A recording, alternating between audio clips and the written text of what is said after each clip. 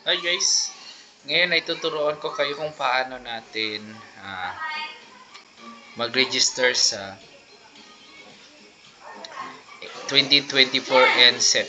Okay, INSET. So yun yung ating gagawin. So ngayon ay i-click natin yung link na ito. Itong link na ito. So link for EMNA. So ito guys, i-click natin dyan. Ito yung kalabasan yan. Okay, ito yung itsura ng EMA tool.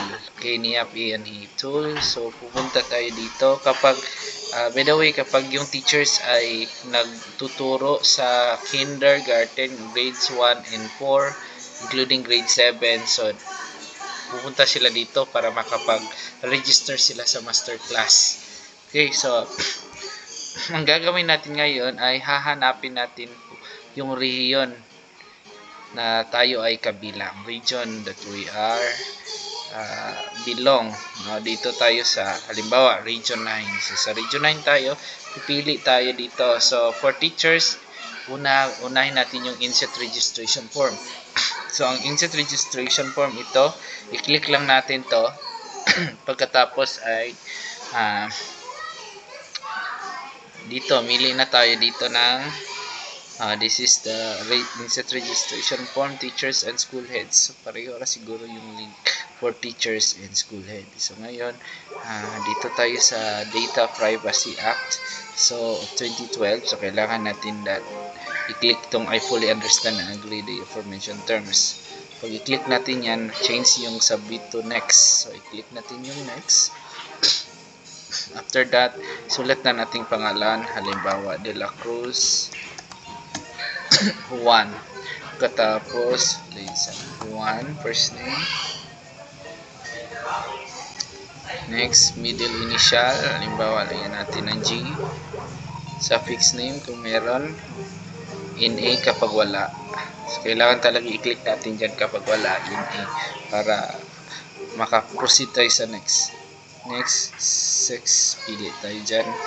Region. So, yun na. Pinili natin kanina region 9. Ano yung division? Halimbawa, Zamboanga del Sur. So, ano yung DepEd email natin? Halimbawa, Juan.de la Cruz deped.gov.ph.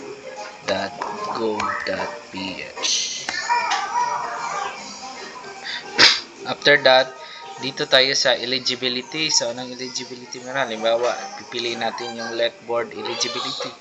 Click lang natin yan. Just school ID. Halimbawa, pagin natin 76. Tax identification. TIN for matching of the record. So, kailangan natin yan ng TIN natin. So, prepare nyo lang yung TIN nyo. Halimbawa, Beng! Ale!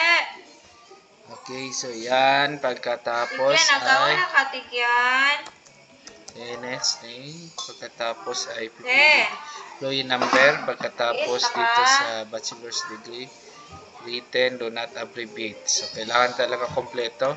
Sulat natin dyan. Bachelor of Elementary Education. BEd. Dito naman sa Professional Development Program PDP, title to be attended in this November inset. So, meron po silang option dito.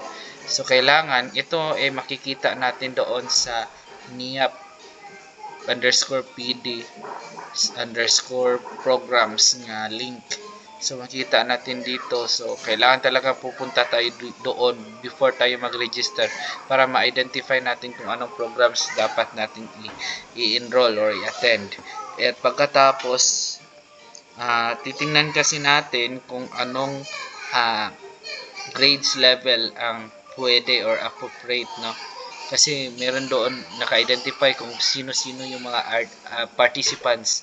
So, pipili tayo. So, may video akong i-present sa iyo kung paano natin paano tayo makapili ng mga programs.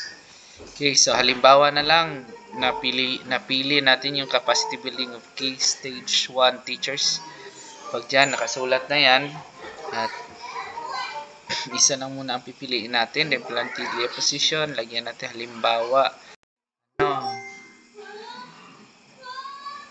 teacher 2 tayo. Target PPSD domain sa insert PDF to be attended. So yung pinili natin is about literacy, no?